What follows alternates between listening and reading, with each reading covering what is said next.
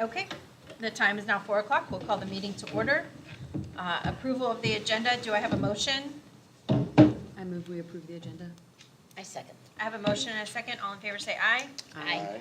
Okay, please rise for the pledge. Dr. J, will you lead us? Yes. I pledge allegiance To the flag of the United States of America and to the republic for which it stands, one nation, under God, indivisible, with liberty and justice for all.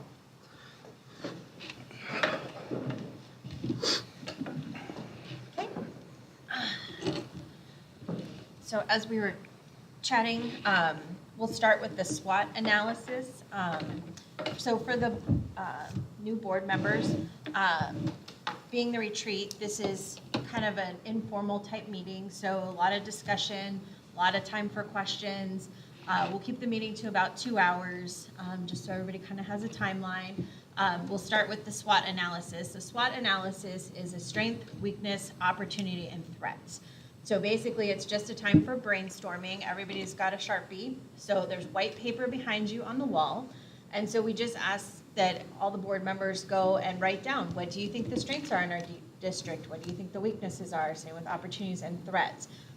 Feel free to write down whatever pops in your brain, because it's a great time to have discussion about that. It also gives Dr. J an opportunity to kind of get an idea of what the board thinks and where, what directions like his goals need to go based on what we're seeing in the district. It also gives the board an opportunity that when we start discussing goals in the fall to like refer back to these. So Dana and I will let the three of you just kind of have at it. How many times have you done this, Dana? We'll add to it, but let's give you 3 newbies an opportunity. So take your markers and right away.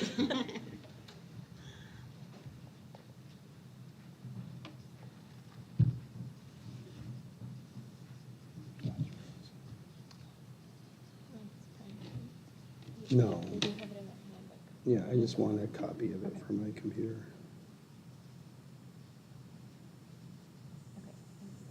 Thank you.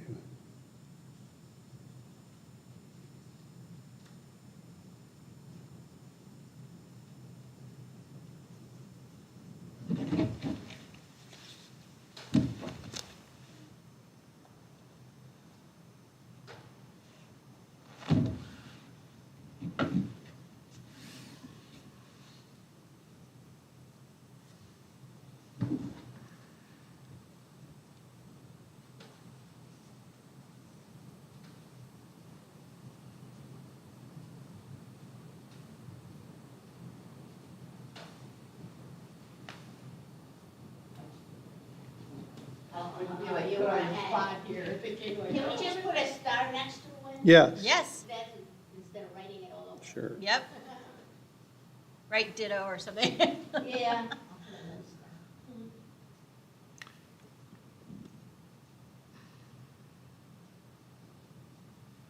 Libby came prepared. She's got her notes. I did, because I thought about it ahead of time. That's great.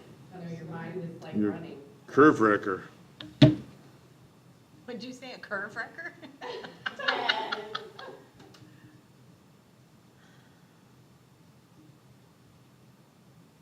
Those things usually pop in my mind about 2, 3 o'clock in the morning. So, Mhm.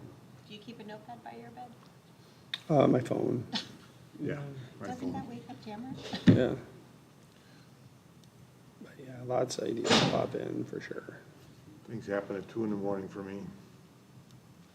I typically like go to sleep at like 11:30, and at 3 o'clock, I'm awake, and I like lay there for like 2 hours, and then Chad's alarm goes off like 5:30, 6 o'clock, and I'm like, okay, well now I'll go back to sleep. So. I'm usually in bed by 8, Oh no, and then I'm up by 4. Hmm?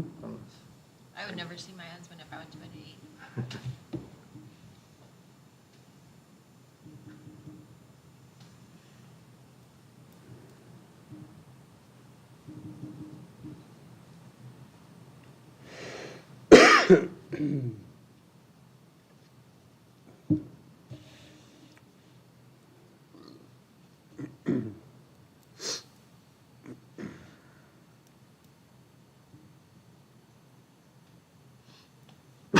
I thought I would have some Fountain Hills kids, graduates, in some of my classes, but nope. Oh, at SCC? Oh, is that where you're at now, is that CC? No, Mesa, MCC. Oh, you're Oh, at Mesa. MC. I am MCC, yeah. What are you teaching? Computer programming and related classes. Hmm. Yeah, I think most of our kids probably go to SCC, so. Yeah, but they don't have my classes. Oh, they don't know. I've still got Gunner, he's still in my high school class.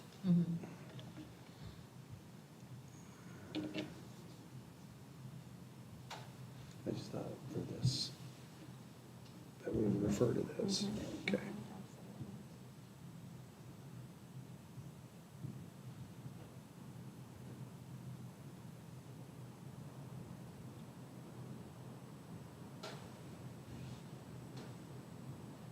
Coolidge, that'd be a good game.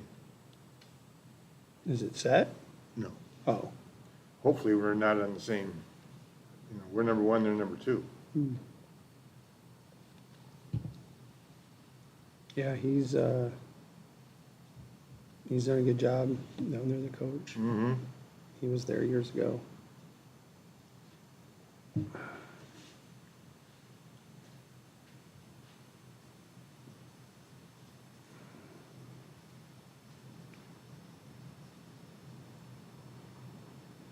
Do you have the old ones from earlier? Or are we just gonna go off our goals? Probably just off the goals. I have them in the old minutes, I can pull them. No, for I sure. think we just Yeah, that's what I was Yeah. thinking. look at the goals and see if anything's, Well, do we still have the sheets that we did? I don't think I saved the sheets, but I have them in the minutes. Okay. You want me to print them up, or? Just let us know what we said. Do you want me to print them up? Sure. Okay. At least, I mean, if you want to print a copy for everyone, that's good, Sure. so. Hi, George. George? Hey, on me to Starbucks, don't go, it took me over 20 minutes. Oh, no. Crazy line. So hopefully you don't have some of the problems. I think we're all good. Had my share of coffee today. I make my tea at home, I just poured in my Starbucks cup, so. Well, I had like 5 cups this morning for that meat deadline, but the last 4 hours, I don't know if I'll make it all 4 hours, but I'm going to try. We're only here two. We're only here 2 hours. We're not having a 4-hour meeting, George. Well, all I knew is last time was 4 hours and. For a retreat? The last retreat last summer was at least 3 hours. Yeah, it was. And We didn't add that much to this one.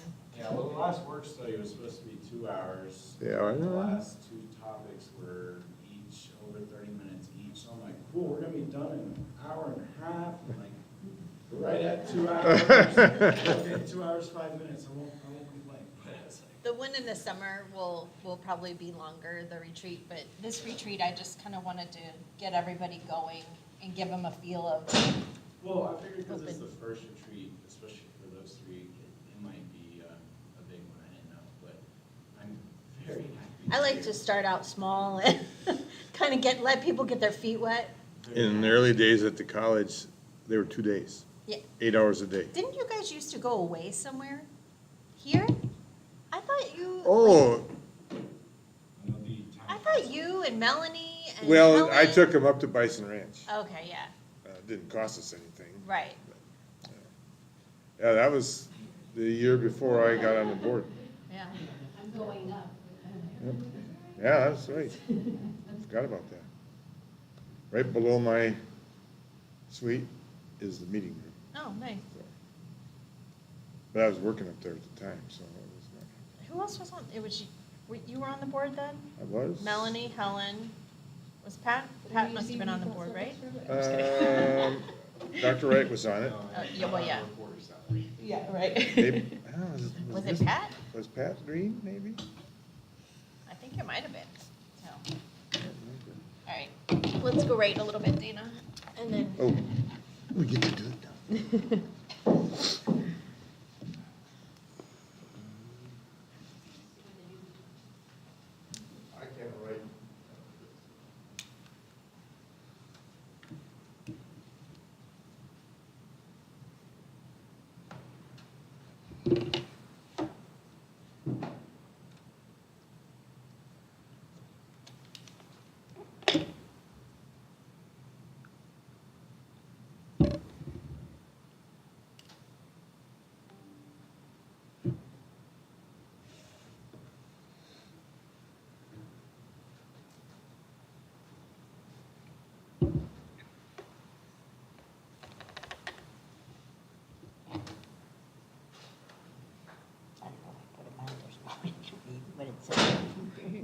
It's like, what am I doing? I made sure I had my glasses, but I don't think I made it in my purse, so I'm still squinting.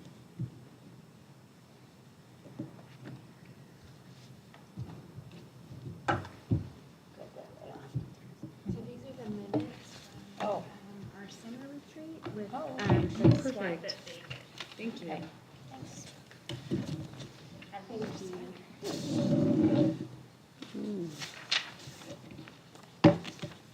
And it was almost 4 hours, George. That'll be the big one in August. Yeah.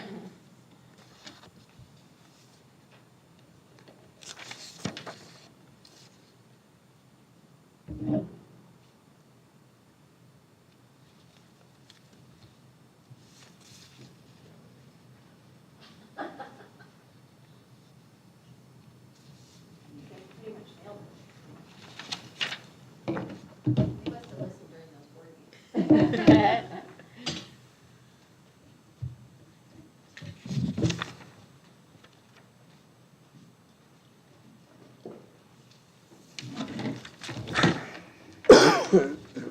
Do you want to add anything, Dr. J? No, I'm good. All right. So Krista printed out the last one.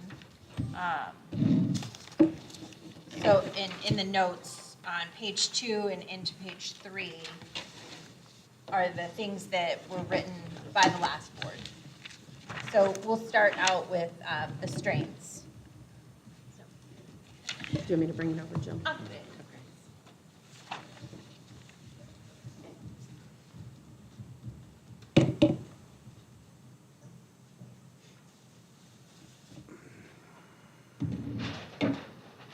These under $25, do we get to keep them? Teachers might fight you over the Sharpies. Okay, so the strengths are usually pretty easy because they're the great things about our district. So they're the things that we're doing right, which, so we have a community that cares, small class sizes, an active PTO booster, parents, fantastic staff, amazing students, programs, administration, staff and admin that support Dr. J, our supporters, PTO, community clubs, etc. Involve families and parents, sports, basketball team's amazing, coaches and community support, and then small class sizes and good extracurricular. So, oh, is that you? Sorry. That's all right. Would anyone like to talk about any of those points? I'll just bring up class size, just to be, honest and transparent where we're kind of trying to go. Our budgeting it's making it hard to keep that class size small. So, working with Tyler and now Alicia on, a plan for next year. One of the things that Meet and Confer brought up is that it was number 7 on their list of concerns was class size. More so at elementary than at high school. For the high school, it was really a non-issue. Their bigger concern would be total contacts per day of how many papers they grade, how many students they see throughout a day. Because a lot of them have shared with me that, it balances out. I may have a large class one period of the day, have a smaller one the other. I think they would, like to see more consistency there, but they know with a tough schedule that we have, that's a challenge. But if we want to raise salaries and be more competitive with, in the hiring process, which I believe we have to be, class size is gonna have to change. So I just want to make sure we know that. So if a goal is to keep class size small, I can certainly do that for you, but the downside of that is that we're not gonna make any ground on salaries doing that. Thank you for the update on that. Yep. That's sad to hear. So part of our M&O override for as long as I've been here, and I'm sure when Dana was here, is that, it's an M&O override, but it was directed towards the K through 3. And part of that was keeping small class sizes. How much of that plays into, how much of that override plays into it if we have to adjust class sizes up?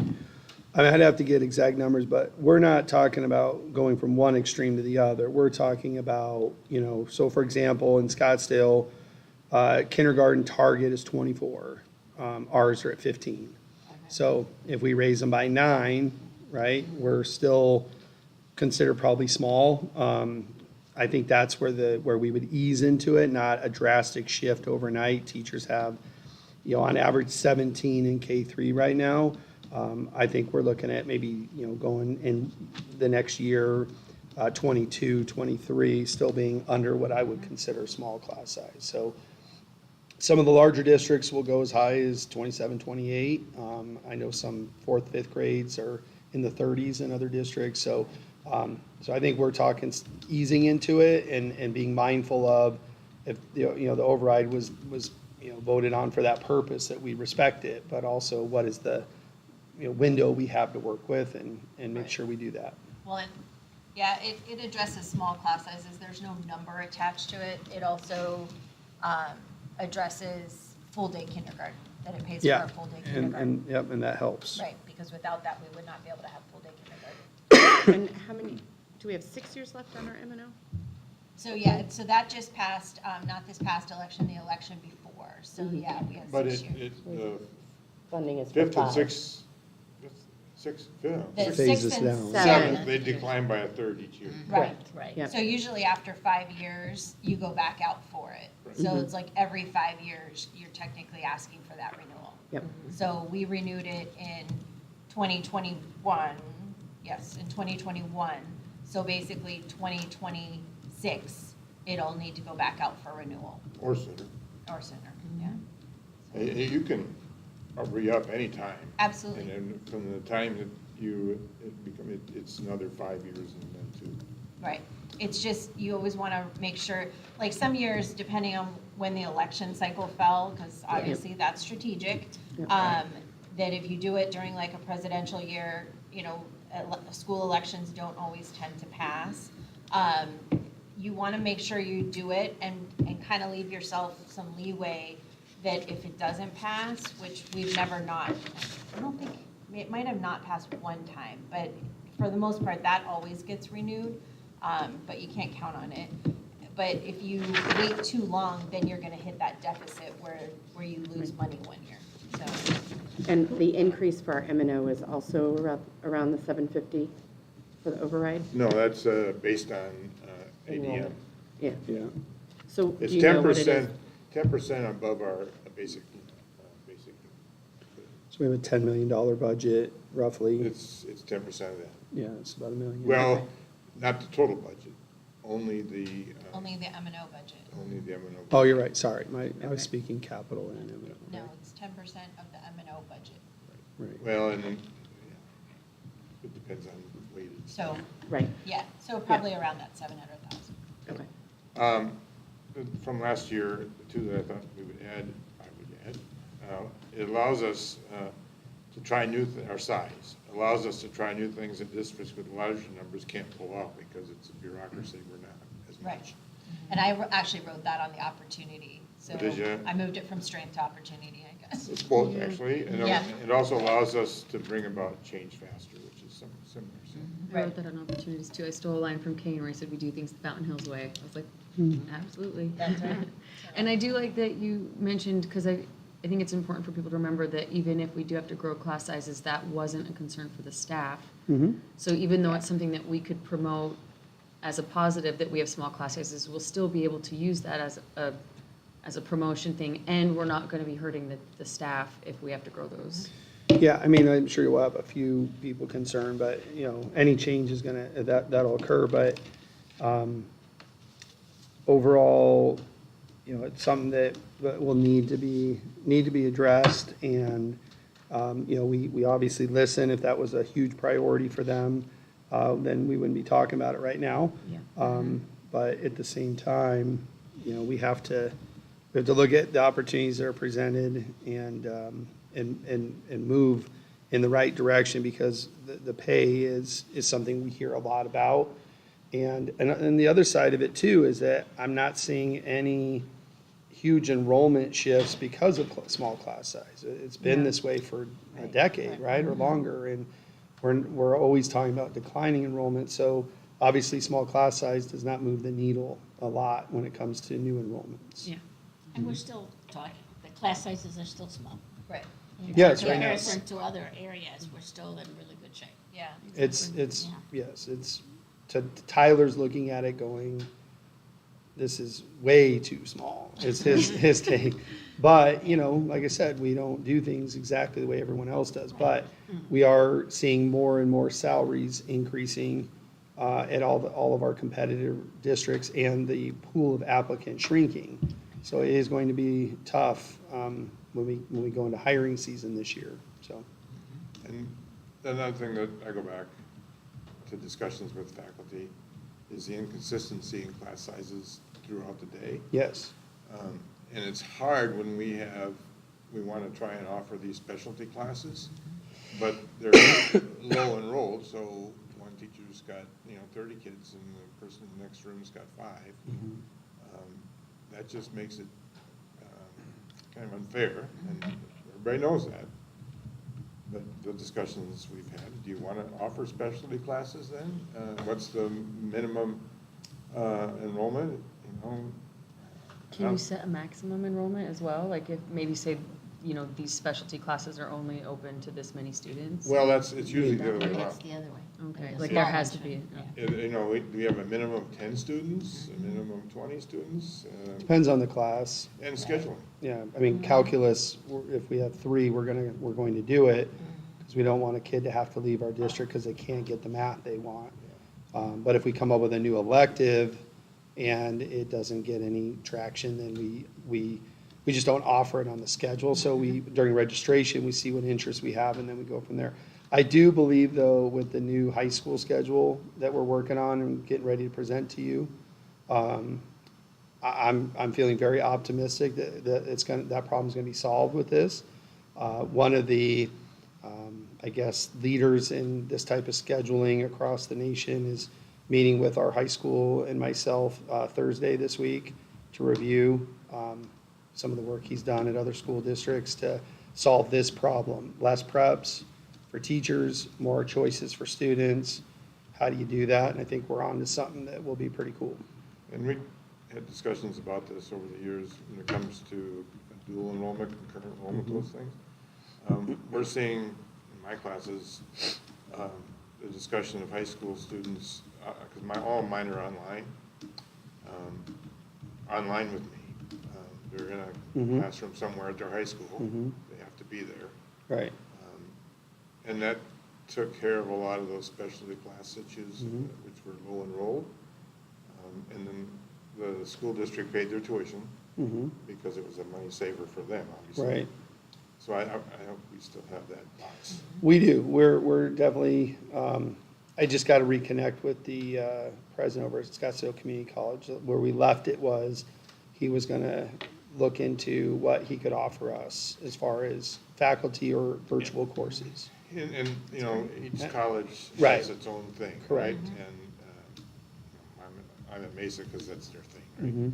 So I think we have to be open to any college. Absolutely. It just, he reached out. That's where I started the conversation. So we could definitely look at that moving forward. And I have no issue with an online or virtual course at the college level. My concerns is that they're taking them in high school when they should be in a class.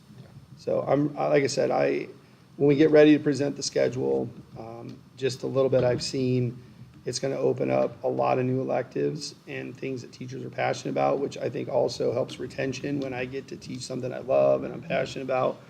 And since they're shorter, it would be a 60-day course versus 90. It opens up the opportunity for kids to take multiple classes throughout the year that they may not have been able to take in the past. So can you help me understand the broader picture here we're talking about increasing our class sizes and then potentially paying our teachers more, but they're going to get their contracts in February, correct? And that is not going to necessarily reflect any pay increase because that's already been decided on. It's a future. So what we'll do is, right now, we've been surveying our teachers on who's returning, who's not, okay? We're down to a handful that haven't responded, but, you know, for the most part, by now, if you haven't responded, I've always found in the past that typically means they are coming back, they just didn't fill it out, right? But we'll track everyone down and make sure. So what we want to do then is, once we know who's not returning and we, you know, if they turn in letters of resignation, then we can move forward with plans. If not, we got to wait for the contracts to go out and then see who signs. Once we know that, all the increase in class size would be through attrition, not through reduction in force. So, And contracts aren't due back until end of March, early April. yeah, I think we're trying to get them out at the beginning of March, I think is what she's shooting for. So if we get those back and say we have 4 openings at McDowell Mountain, right? Then it's conversations with those teachers of, you know, are you interested in a different class, a different grade level, you know? And then we might collapse sections based on that. So it's not gonna be an overnight, every class is gonna move up. It may be, for a while by grade level as there's openings, because, you know, it's hard to hire teachers right now, so we don't wanna let any go, obviously, and then have to go back out and hire. So we can sustain what we're doing, it just can't sustain what we're doing forever, and if we want to give raises, we got to move in that direction. So we're trying to ease into it. So any administrator, teacher, support staff, anybody leaves, then the conversation with you know, the cabinet group is, what are we doing with that position? Are we going to collapse it, not fill it? Are we going to fill it? How are we going to do that? So, But in essence, our teachers wouldn't see a raise with increased class sizes in the fall. we're still looking at, they're in meet and confer right now again. We're trying to give them another increase on the next contract. So, but that would be based on current money, current funding, not future, yeah. Because we got to see what our, you know, we got to see what Alicia and Tyler bring to our budget of Right. projected ADM for next year, and then that's how we'll build it. So we are going to be able to give them better deal on benefits next year, which we've already started having those conversations. So for a lot of teachers, that could be $100 a month, so be a $1,200 increase out of, you know, that just is not coming out of their checks anymore. And then whatever percent raise we can give them too. And anytime we can continue to pay a good portion of their health insurance, that's like a benefit. That's one of Right. the best benefits of working for public education, Right. is that Yep. most schools pay a good portion of your health, if not all of your health care. And so that's something that is looked at every year, and Human Resource always brings, you know, we'll have an executive session to talk about budget and healthcare and stuff like that, where it'll be laid out for all of us to see like what plans are being offered and how much we'll be spending, how much the teachers would have to spend, you know, usually nothing, but then if they're families, so, or if they want an upgraded plan, how much they would have to spend for that. I would be surprised if any of our competitors have a better benefit package than what we're going to offer next year. That's one positive I'm really happy about.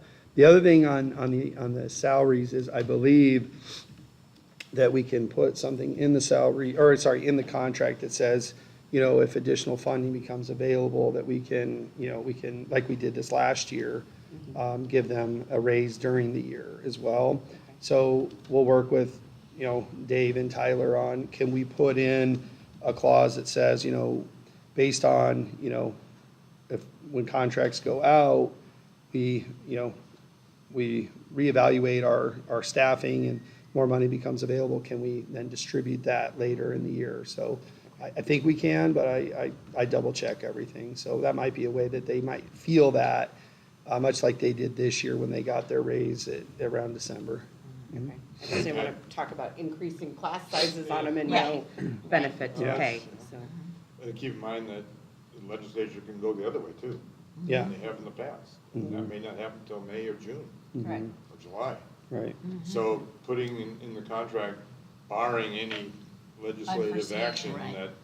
that. That's in there, and I believe there is a way for us to address if, like, again, because let's say we make our guess, right, and then more kids show up and we have to now add a section here or a section there, I would hope that we'd be able to do something with that. So I can get that, I'll find out the answer for, a future meeting. But based on what I saw this past year, I think as long as the language is in there ahead of time and they know that, I think it's okay. And that's every district, that's not just us. Yeah. Right, So- right. And stipends, like if a teacher teaches, an extra section, that, they give up their prep, or they become a coach or a team leader or something, all those stipends are added later. Yep. So, Right. so, And the trend right now, I don't know if we talked about it actually. School districts are putting out openings at even. There's probably 30 openings. Nobody knows who's not coming back. Right, They're just they're being just first. Right. yeah. Get They may or math may while not you hire can. somebody in that Right. position, but they're advertising for it now to start the process. I don't know, in our small district, that may create like chaos. Panic. Well, we are for math right now, because regardless, we need to add a math teacher at the high school for next year to be able to accomplish our goals. So I figure, if we get 2 or 3, Yep. then we start having some more conversations about, if we want to really raise our letter grade and raise our achievement level, math is a key to that. So that's an investment in that, and math is really hard to find. So some of those positions we've already started to look for. Yeah.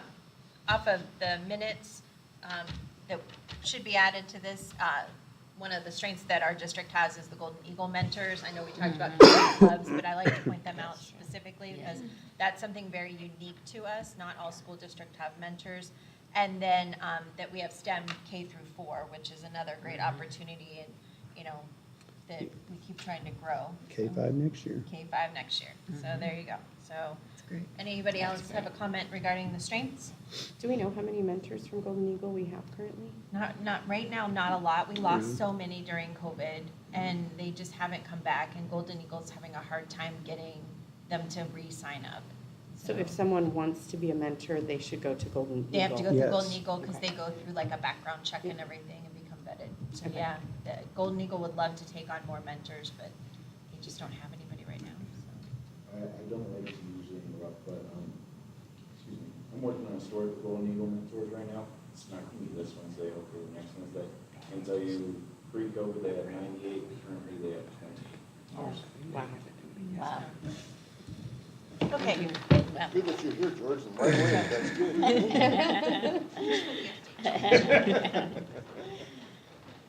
All right, we'll move on to weaknesses.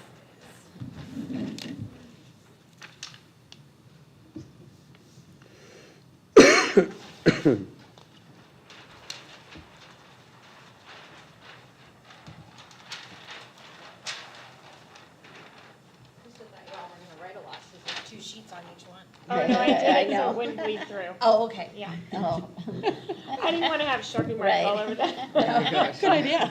Okay, weaknesses, enrollment, teacher retention, course opportunities, extra programs, electives, lack of relationships with the community working together, lack of community support, staff turnover, not enough staff prep time, transparency or the perception of, which I've always said, perception is reality. I've said it Yep. like 16,000 times while I've been on this board. Working with community to showcase our accomplishments, negative talk, blaming the community or blaming the staff, and faculty retainment, which we had talked about up there. So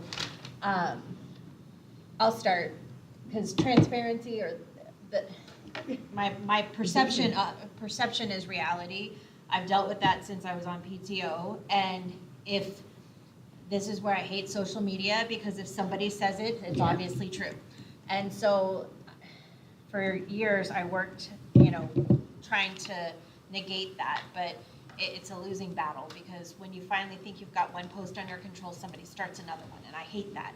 So I really try hard not to comment on anything social media unless it's like, I try to keep it very fact-based. Sometimes I stray, but we all do. So that's one thing that I really feel that communication is so important from our district, because it's a small town, and the minute somebody knows something, it spreads like wildfire.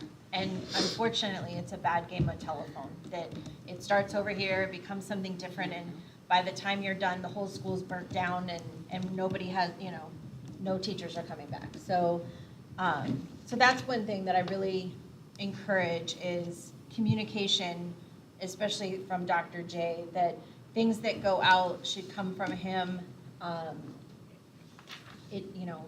That we want to make sure that all the information that goes out is factual, that it all has the same tone, and he's really good about sharing that. So I'll let you guys jump in here.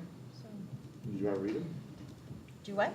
I read those. Did you? Oh, that's. Weren't you paying attention, David? Well, I was. He was reading last. One comment I want to make is I think that we have improved on the teacher retention, because I think that Yeah. we've moved in a positive direction with our superintendent, and then I think we have moved in a positive direction with transparency as well.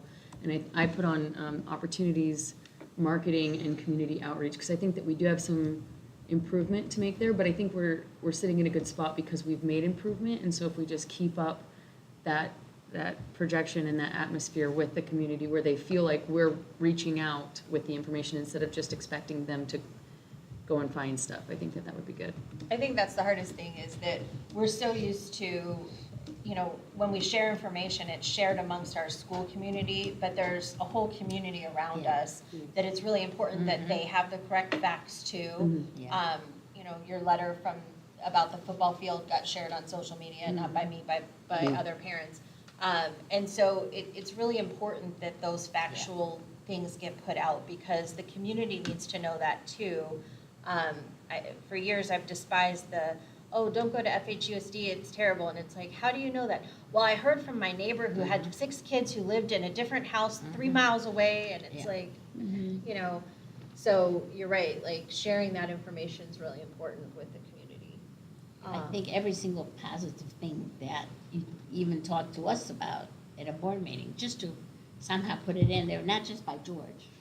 Even Yeah, if I'm it's just- finding But you're that- really good at it, Wait, George. You're great. But I am finding that hard to do, because here's why. So, we communicate with our parents, I think, very well. And if you look at the stats on Remind, the K through 8, it's off the charts how many messages a day are going home to families from the teachers. So high school could always be better at that. And that's at every high school, and it's not just here, it's just secondary in general. Like, you got to call parents, you got to do those things. But I think continuing Dr. Sweeney's Falcon Focus that, we started about 6-7 years ago, that helps a lot, but it doesn't reach the people that sometimes need it, right? Yeah. So we're looking at that. We're looking at how do we solve that problem. So the paper's one, obviously, and George always gives me time whenever I need it, and always prints, things that we need to get out. So that helps a lot, but again, that still misses some people as well. And so I'm working on how do you do that. We have started a couple of social media.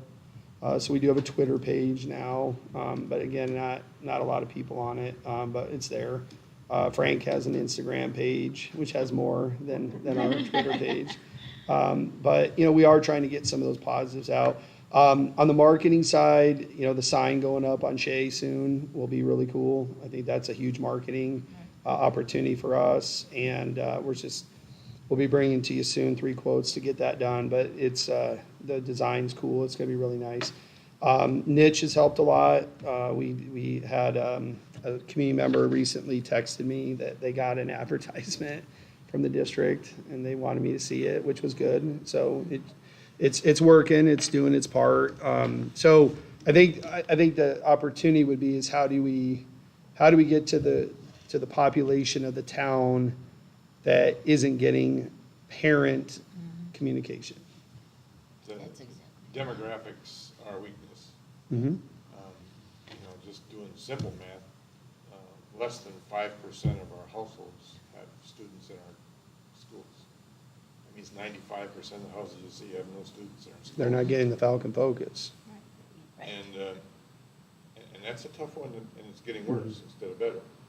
Well, can anyone sign up for the Falcon Focus, though? I mean, They isn't there a can, subscribe link? yes. And is it posted And I have, anywhere like- online where, Yes. blog way, where someone can just go kind of read through it if they choose to?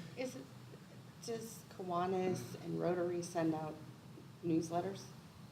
I get mostly Rotary does, but it's usually from like headquarters. It's, Kiwanis is the national too. Yeah, they're not typically local. Typically, they just send out when they need you to volunteer for something, and it's from somebody in the group, The so. chamber It's like- does, though. Right, I mean, is it something we could put a link in to subscribe in a chamber newsletter Mhm. as a way to reach some of our business community, maybe? Yeah. And that's important, that's the marketing side of it, Mm-hmm. but I wanna go back, only 5% of the households care. Yeah, but And I the mean, 95% still vote, and Yeah. that's part of That's- the problem. That's the Right. problem, that's why And it's a so lot of weakness. them, Right. a lot of them do care, they just don't have that immediate They don't have connection that to the school connection. district, Yep, so that's they're right. not immediately tied in. Whereas I think if we have a presence at things like Fountain Hills Days, if we We do already, stuff. yeah, we did Yeah, all if those we moving do these forward. things, I think that it's really easy for them to just have the conversations or to kind of find And it. I think that it would help our vote in the future, just, I mean, there's a lot of reasons people didn't vote for the bond and override, and everybody's got their own opinion on it. But one constant theme from people who don't have kids in the district is, one, they didn't know anything about it or didn't understand it, and two, they don't think that we're doing a very good job. Well, why don't you think that we're doing a very good job? Well, that's what I hear. Well, where do you hear that from? Because, see, I'm in the door and I know what's going on. And so we have to figure out how to start combating that and ahead of time, not just when we're looking for money. And so if we can figure out how to reach those 95% and, when it does come voting time, that they're like, oh yeah, did you see, they won a state championship, or oh my gosh, they had 2 merit scholars, or, whatever, that if we can keep that momentum going, I think it would be easier in the future to pass our bond and overrides when they see all the great things we're doing. We've got to figure out how to hit those 95%. So we are doing all the events. Betsy gave us access to all those moving forward. So we have, our staff is scheduled for the arts fair. We have an exhibit there, even though we're not selling anything. We're just, giving out info. And then same with the Fountain Hills Day, and then moving forward, Spooky Blast, everything moving forward will be at. Quick question, do you ask for volunteers for those things, or is it all staff that's expected to be there? Well, we haven't done them before, so we're kind of learning what'll work. Because I bet you could get some parents that are pretty Sure. invested in our district to go, and they would be the Right. best, Yeah. plug for. So we're gonna see how it goes this first one. It's, at the end of the month, we've kind of divided it up as a district staff to be out there. And then, we'll grow on that and we'll build upon it. We're also, we have some other marketing things coming as well. Like I said, signage around town, the presence on, niche is, I think, gonna help a lot. And being out at town events, I've talked to the principals about how important it is to be out at those events and to be talking to people and being involved. So I think we've made a lot of progress this year, but still have a long way to go. And I do agree on teacher retention also that, we'll see what the final numbers are, but right now, our worst case scenario is I think pretty good considering where it's been. So. Well, and I think teachers that leave now aren't leaving for the same reasons that they've left in the past. Right. I agree. Right. So Yeah. it's a Yeah. whole different, it's a whole different retention thing. And a part of it could be, one, they just don't want to be in the profession anymore, Yes. which is a lot of teachers. Two, that they drive by other districts that are paying more. Mhm. The cost of gas is still expensive. So I think it becomes more financial, not because they don't feel supported or they're overtaxed or anything like that. I'm sure there's some teachers that are like, I would love to have my prep period back, and you're working on that. So, I agree. until our budget's so great that we can pay teachers what they're worth, we're always gonna combat that. I think though that the combination of what we're gonna present to them of innovation, you have a voice here, you can try something new.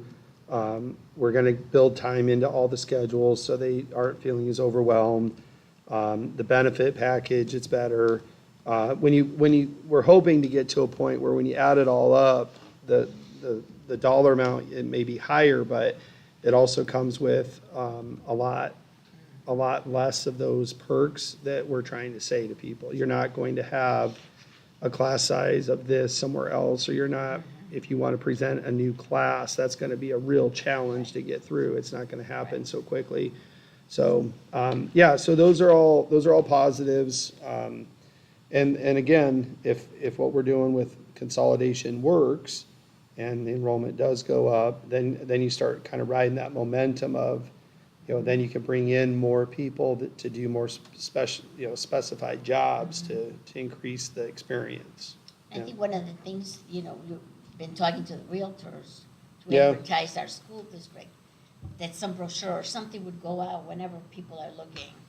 I gave him my number. I said, I'll come do a tour for you while you're showing the house if you want. So Right. we've done that. We met with legislators still.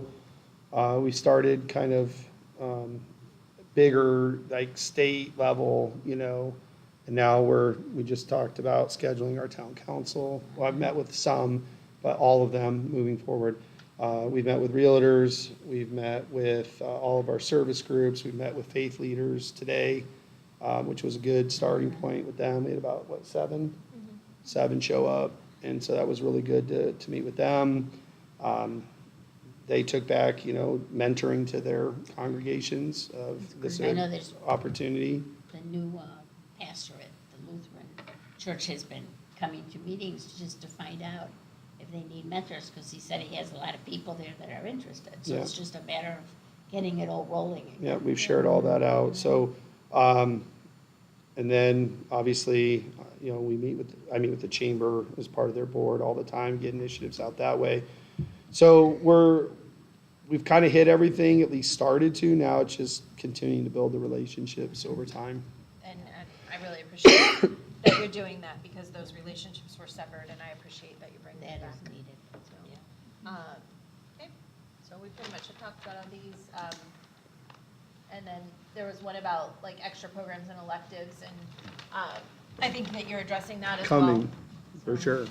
And I agree wholeheartedly that if they're going to be taking a course online, that is not something that's offered here. Agreed. If we can offer it at the high school, if it's, for college credit, yes, but if we have a teacher that's doing it here, it should be here. So when I bring that schedule, we'll have a real deep conversation about all that. But I really think, at the lower levels, what we offer is pretty similar to everyone else. Art, PE, I think STEM is an advantage we have. Music, and then at the middle school, having honors and gifted next year will be a huge plus for them. And then at the high school, more elective choices will keep them here from leaving. Yeah. Okay, anything else on the weaknesses? Okay. Opportunities, small town, do things the Fountain Hills way, community rich with wisdom, skills, and desire to help, EVIT, AP, dual enrollment opportunities, more town awareness involvement, new school alignments, moving to new school/grade levels, magnet programs, marketing, focusing on the strengths and outreach to community, Dr. J's membership in community organizations, and we're a boutique district offering opportunities that others don't have. Anybody want to start that discussion? I'm just gonna start with the consolidation. Okay. I really think it's a great opportunity.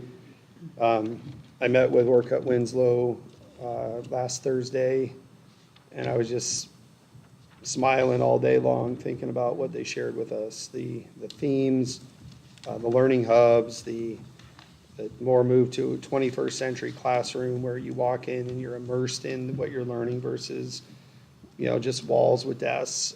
I think it's gonna be really cool when parents and students tour it. I think they're gonna be excited to come to school every day and learn in that environment. So I'm hoping that opportunity will really open the door for people to really look at us. And then once we have some, once it's open, and like I said, I'm not expecting a huge shift in enrollment this summer because all this is in the works, right? But once it's done and all the imagery's out there and it's posted places and it's, and we're doing tours throughout the year, I think year 2 is where we see a shift and hopefully the enrollment going up, because the building, I think, is going to sell a lot of families on come here for that reason. So I think that's a huge opportunity. I think we talked about it last time too, but it's there again, offering concurrent enrollment, taking students to Scottsdale for classes that we just don't have the numbers for. That's a growing thing, Yep. not just in districts like ours, but Scottsdale at one time had an entire high school that was going to be a concurrent enrollment high school. Yeah, and that's, I would like to see more dual enrollment / concurrent enrollment, like, you know, having both my kids gone through GCU with one there and one graduated, it's amazing how many kids come in, instead of coming in as freshmen, they're coming in as sophomores or even some early juniors. And I just feel like that was probably one thing that my kids didn't have that opportunity. Katie had a few credits, because she had the AP photography, the dual enrollment with chemistry, and her some other class. But anyway, so she had 3, but, you know, Hunter had none. So, Yeah. and it wasn't because he wasn't capable, the opportunity wasn't there. Yeah, it's got to move to concurred, because we're not going to find the staff to pay them and have those type of degrees, right? Having a master's or PhD in something is going to be hard. But the concurred, like I said, to drive kids, you know, same bus to, you know, or buses, shuttles to even Mesa Community College or Scottsdale Community College is not challenging for us at all. We can do that. So we will have an update soon on what we're going to be offering next year. But I think between driving them and then virtual courses, we should be able to get a few to start. You know, and, you know, there's 10 colleges, Rio's the biggest one for dual enrollment. But they've established some district personnel for coordinating some of that.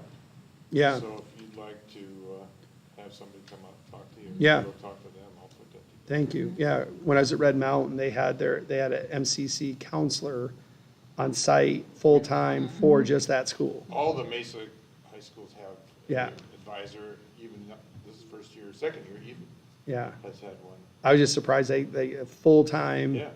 advisor just for that school because they have 3,500 kids. And, well, I would say every high school in Mesa district has Yeah. one, and now Tempe has 2 or 3. That's something that we instituted back a number of years ago, but that's a big deal. That's really helping enrollment for the colleges, first of all. But when you talk about concurrent enrollment, there's paperwork you got to do.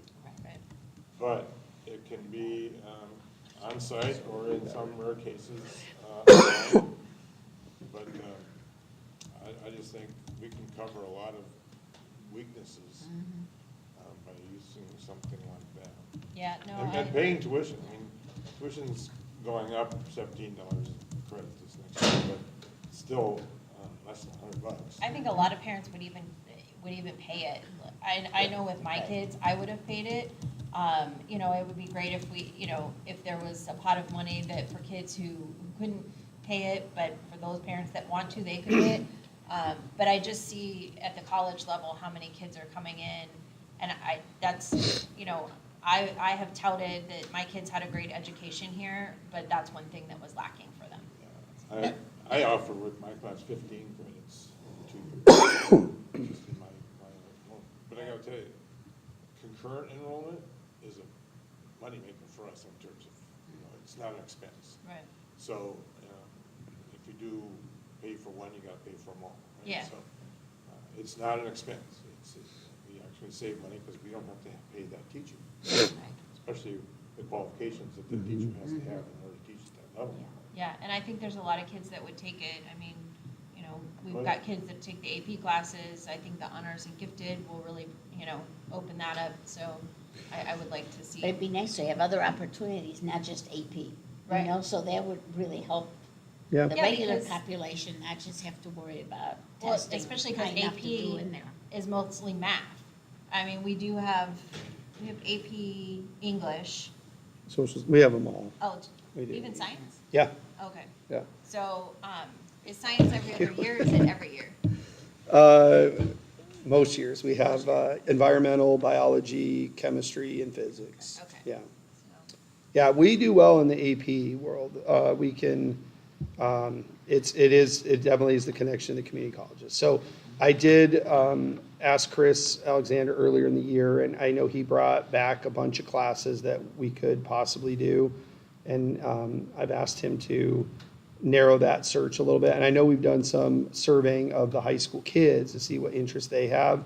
So they've been working on that the last couple months. I just don't know what we've landed on, and then it'd be the connection to them of saying, okay, well, these are the ones we want. How do we get them? Do we bring them here? Can you offer any of these virtually? So more to come, but we have been working on it. All right. One of the comments from last year was or last session was the collaboration with Fort McDowell. Yep. Are we anywhere further of having a Fort McDowell individual They are supposed to be. present? Can During you our repeat board that? Because Krista interrupted. She distracted me. No talking I'm in kidding. class, right? Where are we with Fort McDowell and building that relationship and having somebody, A On the non-voting board? member. a non-voting member of the board? Nadia had, before she left, was working on that with Dr. Corlett. I'll have to get you an update. I know she got all the information out.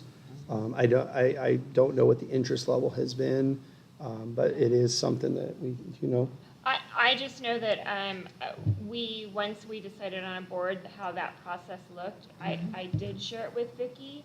I feel as though at the time she was asking and maybe had someone interested, but once I sent her that information, I haven't heard anything since. So we'll follow back around on it. But yes, that is a goal. That was one of our goals at our joint meeting earlier in the year. And actually, I was just reviewing those goals. We've hit a lot of them. We still have a couple to finish up, but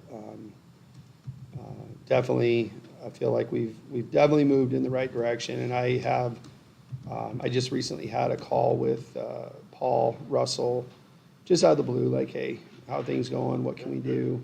And he was very, very happy to have that conversation. The basketball game was a huge success out there. I think we've come a long way in 6 months, and we just did our bus tour for the high school. They went on early release Wednesday and took the bus tour and saw all the different places and learned a lot about the history. And the middle school has theirs this Wednesday. And then I can't remember when McDowell has theirs, but that was a goal to have all staff out there. So I'd say we probably hit 70% of what we've wanted to get done. We still have about 30% to do. To follow up on that question, what's the percentage of our enrollment that comes off the res? 25%. So, it used to be 10. And what's happening, we quit having kids, and they're not. So ours came up, theirs stayed the same, and now they're 25%. We lose 25% of our students if something goes upside down, which is always, it's happened in the past. 25%, and I thought the last number I saw was somewhere around 85%. I'm guessing here, but I thought it was around 85% come to Fountain Hills total. So we've got good relationship. Always can build on it. We've met with the cultural team several times this year. We've done a couple special events. But I'm also trying to work at a level they feel comfortable with, and that's something that when we did meet the last time, is they said, here's some things we'd like to see in year one, and then we'll talk about year two later. And so that's where I'm at now, and we've met most of those goals. Good. Well, and now that we have new board members and you're more embedded, I think it's probably another opportunity for us to have a joint meeting with McDowell and do that again like we did before. Yeah, for sure. Let's work on a future date for that. So, one of the things on opportunities that I'd like to have Dr. J talk about is it says community rich with wisdom, skills, and desire to help. What opportunities are there for the community to come in? Because I hear that a lot. Oh, well, this person is a past business person, or this person was an engineer. They should come in and help teach. Can you talk about that? The pros and cons of that. Well, I'm going to speak back to when I was principal, you know, I heard that a lot, but a lot of times when I followed through, I didn't get a lot of people to come do it, right? Sometimes. We did a lot through Avid back then. You know, that's a great location to do that because they're looking at college and career readiness. So an opportunity for someone to come in and speak. The last time I did it, I know Dwight came and spoke to them about his time at Chrysler and working with Lee Iacocca. And pretty cool stuff, right? The kids were pretty amazing. I know we had at least one or two more Willie brought in that year from the community speak. The coalition always did a good job with that too, bring in people from the community speak and work with the kids.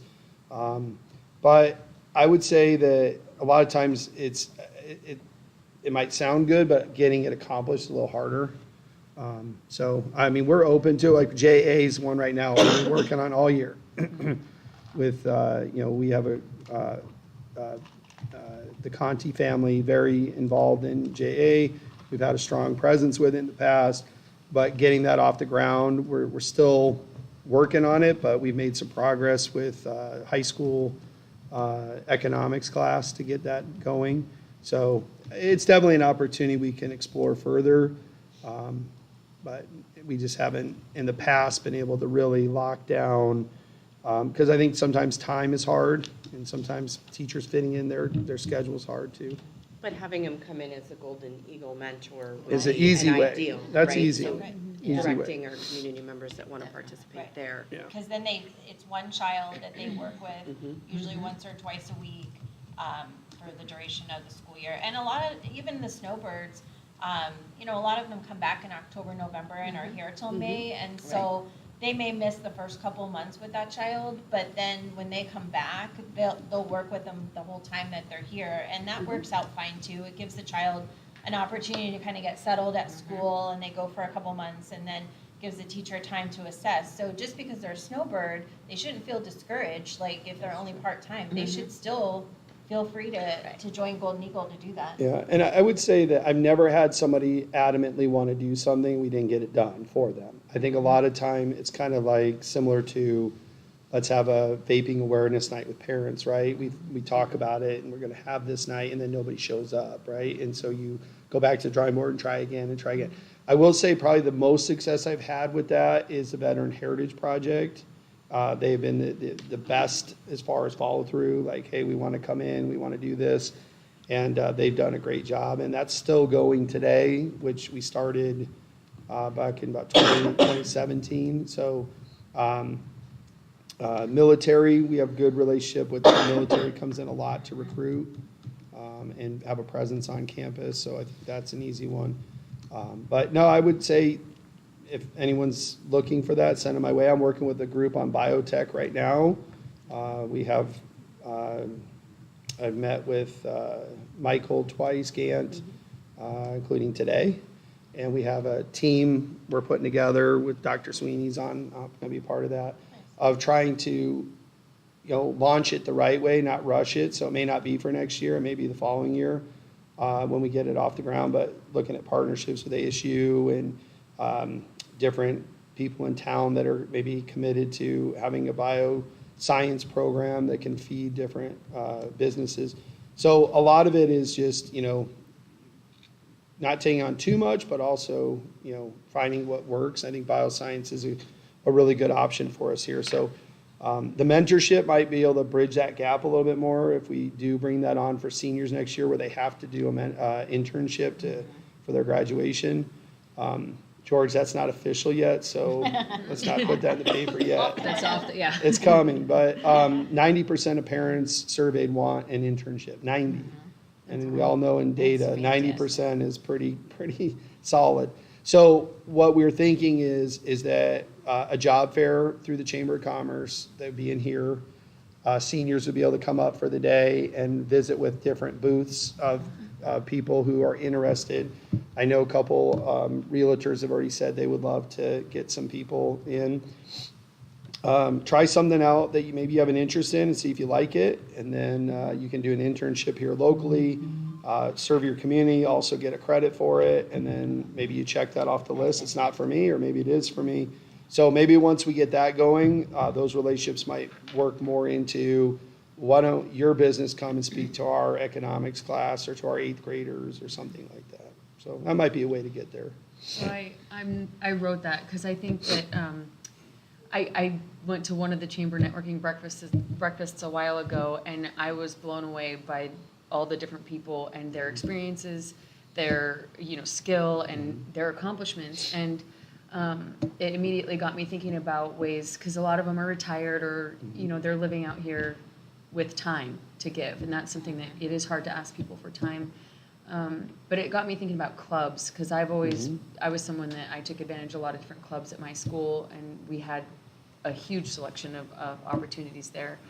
And when you talk to some of the community members, especially people at the chamber, I've talked to Scott Summer a couple times about the chamber maybe doing something like an entrepreneurs club, and they're willing to lead that. And I think that there's a way to get these clubs going without it falling on the teachers, because a lot of times it does fall on the teachers, and I understand that we need like a has to have sponsor, a there's teacher a staff sponsor, sponsor.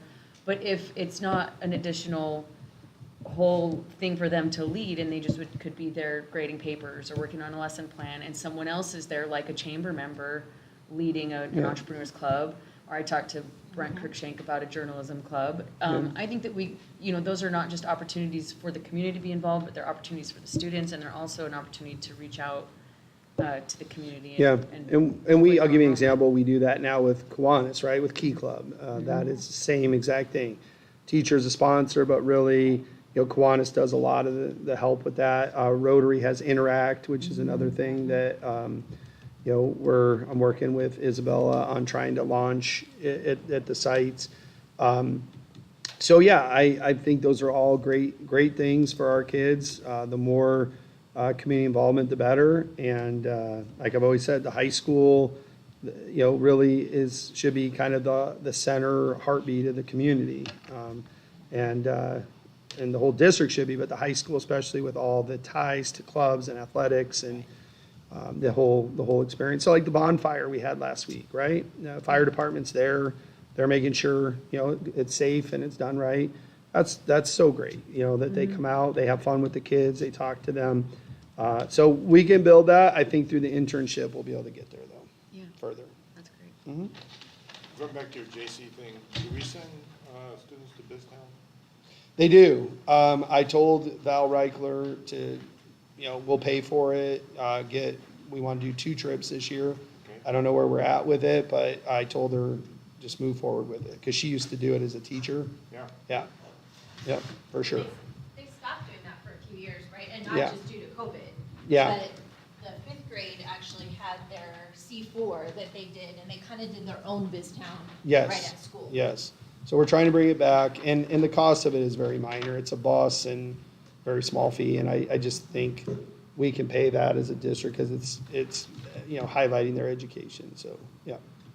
I think it was great. Unfortunately, I don't think either one of my kids got to go because they changed it by the time my kids got there. They've expanded that facility down there too. All right, threats.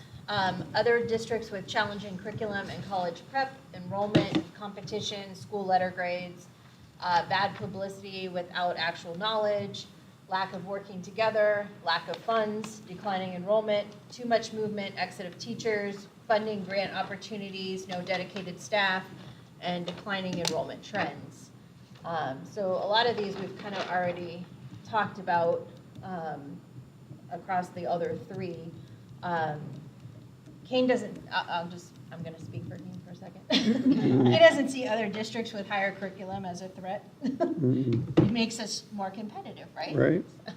I love that he said Well, that. and that's why we got to bring this honors and gifted in. If we don't, we're never going to capture all of our kids. I mean, if you're a parent and you're looking for the best quality education in this state, you have an opportunity to make that choice of where you want to go. We have to make that choice here with the honors and gifted. So once we get that launched next year, and get the K-5 placed correctly in the gifted cluster model, and we get the middle school into this, we're still thinking of a name for it, but it's basically the cohort of English, social studies, and science, you're collaboratively solving problems, project-based learning within those three disciplines with the same cohort of teachers who are really strong at what they do, very passionate at what they do. And then that leads into AP Capstone at the high school level. Then you have a true K-12 advanced placement model for kids. That has to happen. We need more foreign language too. We do, and if you can find me a teacher, I'll hire I him am. today. Yeah. And I can't work now because I'm on the board. But, yeah. It's if hard we enough to c- find Spanish, let alone French Exactly. or any, That's the I mean. problem. when And I- it would be nice to be able to start it at the middle school. Yes, Because and that's how we ended up having AP courses, because you started at the middle school, so therefore you had a fifth year. And again, that's another area that I think maybe we could find a club option easier, which I know there needs to be some kind of like curriculum to support learning a language, but maybe it could start out as just a smaller scale club so that, we're not trying to fill a staff member. We can just find someone that is. The club could start at an elementary level. Well, and Right, say, and Yeah, they did. exactly. Something Just like that to introduce get them. people We to want to did, do that. we had Spanish club, and it started out strong, and then it changed hands, Yeah. and then kids stopped coming, and then it fell apart. Yeah, there has to be So some it's kind of like- commitment. Right, it's that- just yeah, one of I those understand. things, like, we have a hard enough time finding teachers, let alone finding people who are willing to volunteer their time, and I think at the elementary, the club was actually, I think she actually started, that was Yoli that started that way back when. But, an option for language is always an online option too, that was one of the things I know for, a select handful of kids that really felt strongly about taking German or French or something, that there were only so many licenses for online, but some of those kids were using it to take it through like Brigham Young or. Yeah, I was gonna ask if they yeah, offered. Yeah, so, I mean, if a child really felt strongly, but most of the kids take Spanish 1 and 2 and then they're done. see, that's where that's where I need to see if SCC and MCC can help with that. I don't know if they teach it at that low of a level. Sure. So if they can, I think we can bridge the gap there really quickly. But I agree, Lillian, 100%.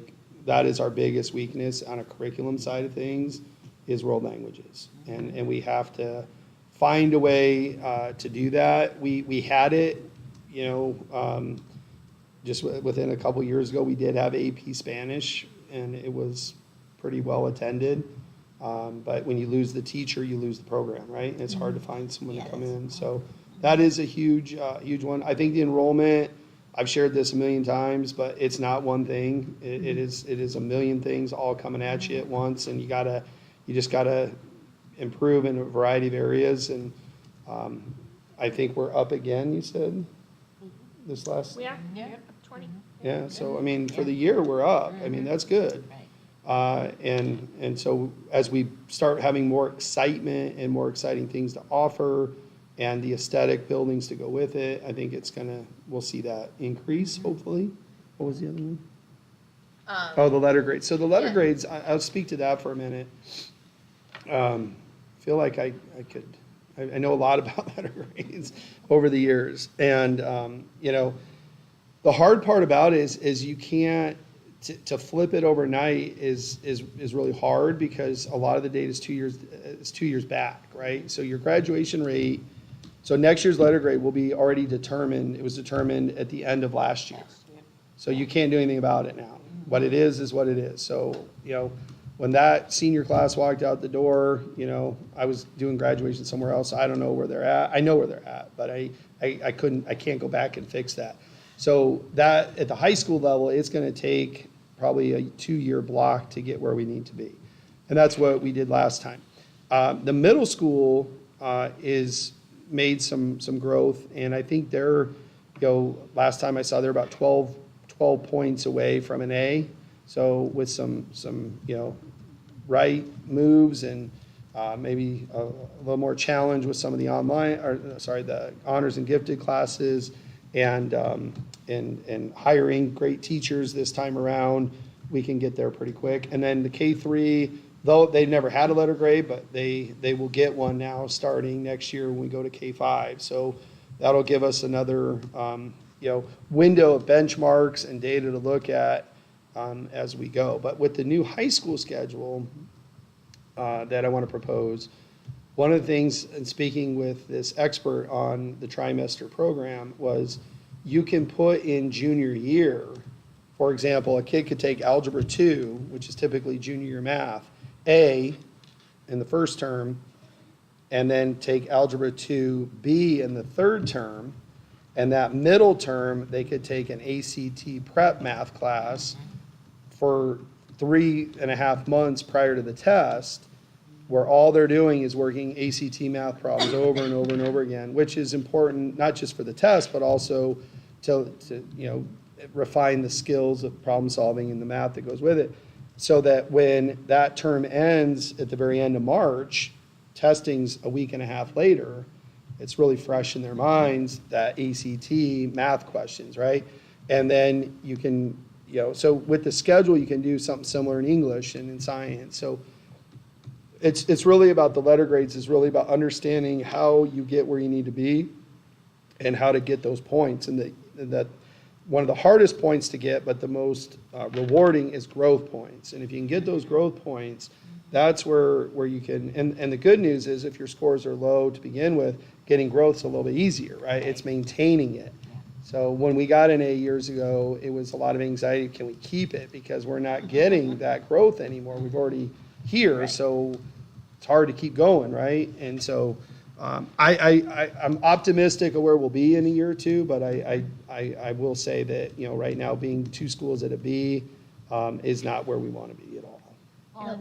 I was gonna say it'll also help if it's the same test, because when they keep switching Right. tests every few years, Yes. you can't compare one to the other. Yeah. Right. But So that's then the other it- thing, is that it's not just the tests. And that's what Yes. I think it's really important for the community to understand, is when they see you got a B, it's like, oh, see, they're not doing very well education. It's not even, Right. a lot of it's not even about education. Like you said, it's graduation rate.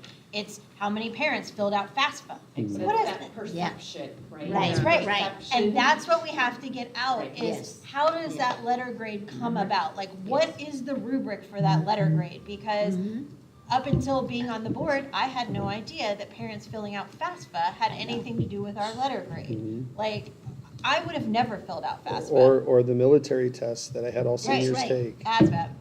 That's right. Right, isn't that what's called, ASVAB? Yeah, and I had them all take it. Right. And, I know.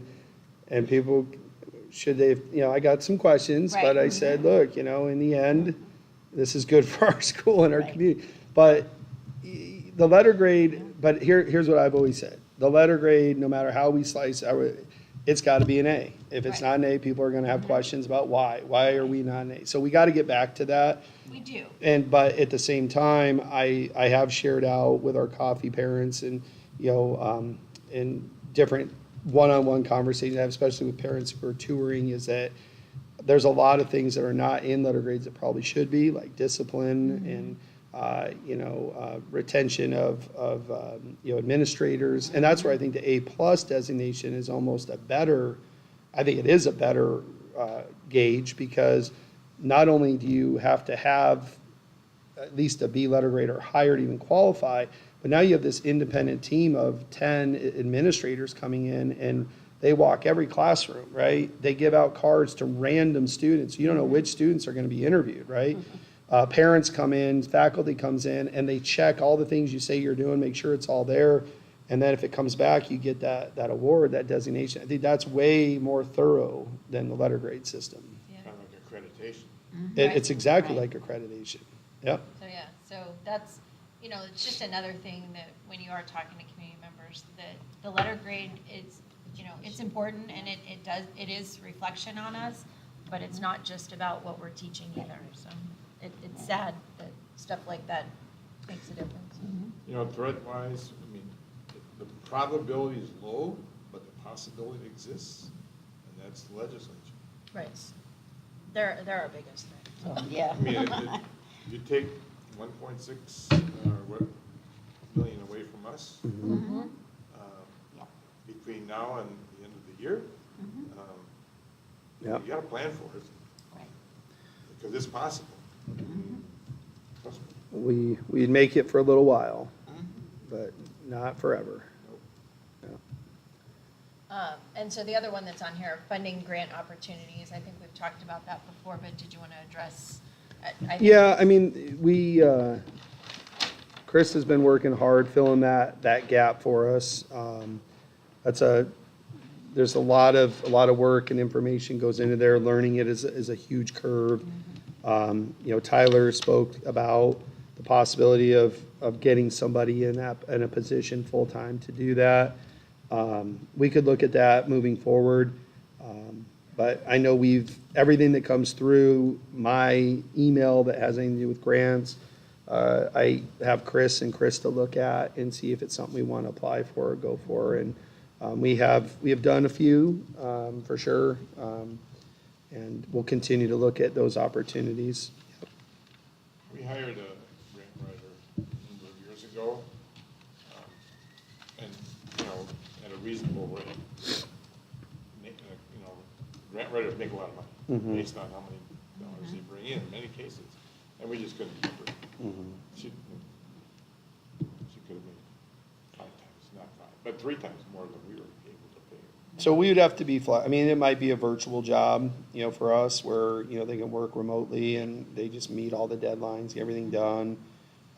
Meet with our finance team, regularly. So we're gonna discuss it further as we conclude this school year. But we have found that it's a lot of work for Krista. and Not she's just to done a get good the job. grant, but to do the paperwork. Oh, yes.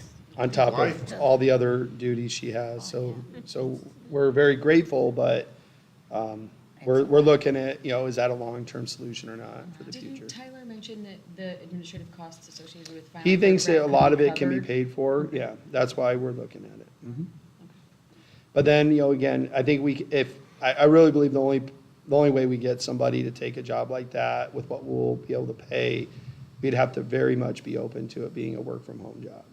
I just think Is coming there a in, problem? It often is. I don't have a problem with it, I just don't think you gotta come to Fountain Hills every day just to do that. You could, Yeah. all that could be done electronically and through Google Meet and maybe from time to time come talk to the board and from Yeah. time to time come to a principal meeting, but I don't think it's a full-time in the office job. So if you guys are open to that, I think that would be better. Yeah, I think it's something we should research if we're, I know you guys do a great job, finding grants and following up on them and renewing them, but if there's something we're missing out there, that's probably something we should figure out, Yep, so. yep. And to pay for the person's contingent on how much comes into the school district. Hard to Could be do that. more of an incentive, but I Yeah, don't know. that was It's a tried. tough one. At all levels, but there's some legal issues there and didn't always work. Yeah. So we'll lean on Tyler on this one. It was his idea. We think he'll be able to present something to us and help us post for the job if we go down that road. All right. Anybody else want to contribute anything to the SWAT? Okay. Hearing nothing, then we'll move on. The SWOT analysis will come back. We'll probably have another board retreat like August, September. So we'll do another short SWOT just to see if anybody wants to add anything, because then that will contribute to our goals. So when we start talking about our goals in the fall, having a retreat right before we do our goals is always helpful. Okay. Board, just some more discussion items, best practices. So we just have this on here, just not, the handbook's great, but sometimes there's just best practices that the board does, just so everybody kind of stays on the same page. So we just thought we would touch base on them. I've mentioned before about the email, we all should have on our auto reply. It's not that we don't want anybody to talk to anybody or, we're not going to answer emails. It's just a best practice for the president to respond so that it's the same information that goes out. Just like we all got an email last week, I responded to the parent, I directed her to Dr. J and to the booster president. So that was my response, but at least that parent got a response. I usually respond within 24 hours. I try and respond pretty quickly because anybody who writes an email to the board is usually pretty passionate about what they're writing. You don't want them to sit there and wait and wonder if they're getting a response. So Dr. J followed up with that parent and took care of that. So, and that's pretty much what, almost all emails, it's very rare that the board will get an email that can actually be addressed by the board. So that's just one of the best practices. And Another best practice is, we've talked about attendance at meetings. It's very important that the board, all board members attend meetings. We only have 2 a month. If you miss meetings, it's very difficult. We're only a board of 5, so it's just important that everybody try and make the meetings. I know Lillian's going to miss one. We can arrange for you to call in if it's extremely important, necessary, but like an emergency. But other than that, everybody should try to just make sure that you're here to be present. So, When will we be making the 23-24 schedule? so that I have that. So that is going to come up in April. So I have a whole timeline that we'll go over under C. But yeah, that comes up in April for future meeting dates. So our meetings are usually the 2nd and 4th Wednesday of the month. Board retreats, executive sessions, things like that. If it's a special executive session or a special meeting, that gets decided by the board. But for the most part, they're always the 2nd and 4th. So, I'm happy to work on that schedule earlier if you guys need it for planning purposes. Keep it consistent, that's. Yeah, Yeah. and then we could look at, there's a We still really conflict. have 2 meetings in July because We have no meetings. we don't usually have any meetings, but I can tell you, since I've been on the board, there's always a meeting in July. There's no scheduled meeting in July, but there's always a meeting in July. So, Sometimes it's the budget. and it's always the budget. So we'll talk about that when we get to the timeline. Dana, do you have other best practices that you want to add? Anybody want to talk about? So, I can't think of anything that's pertinent right now. I mean, Okay. things happen. I mean, that's the real big thing. I mean, graduation, I think it's really nice to have all the board members on the stage. It's a big deal. And I agree. that's one out of, 5 or 6 different activities that happened in May that are related to the end of the school year. That it's nice to have board members that do. Senior night, graduation, 8th grade promotion. 8th grade promotion. Those are probably all things that you should plan on being at. I love being at high school graduation, especially because I know so many of those kids. I feel really fancy sitting up there watching, being so close to them. I love that. Yeah. So, And I do put a schedule together for the end of year events so that you guys know where you have to be and when. I will start putting the bug out to the sites because they have to feed me that information. And if you need robes, now's the time to Yeah. talk to Krista. Or talk to Kathy. how about they talk to Krista? Okay. Never mind. Talk to Usually me. I have my robe. Yeah, that Crystal will need to know your size for your graduation gown. And then if anybody has a degree, if you want the cord that goes with it. We don't the admin and the board typically do not wear the caps, so. They're ugly. And the wind blows them off. Yeah. I've got We this did a couple excuse. times, but yeah, it's like bobby pin all the way around. But after a couple years, we all got tired of it. Admin doesn't. And that's wear the only, graduation's the only time we wear those. it. Correct. Right. In the college situation, Yeah. there's 30 or 40 events Mhm. in 3 weeks. Yeah.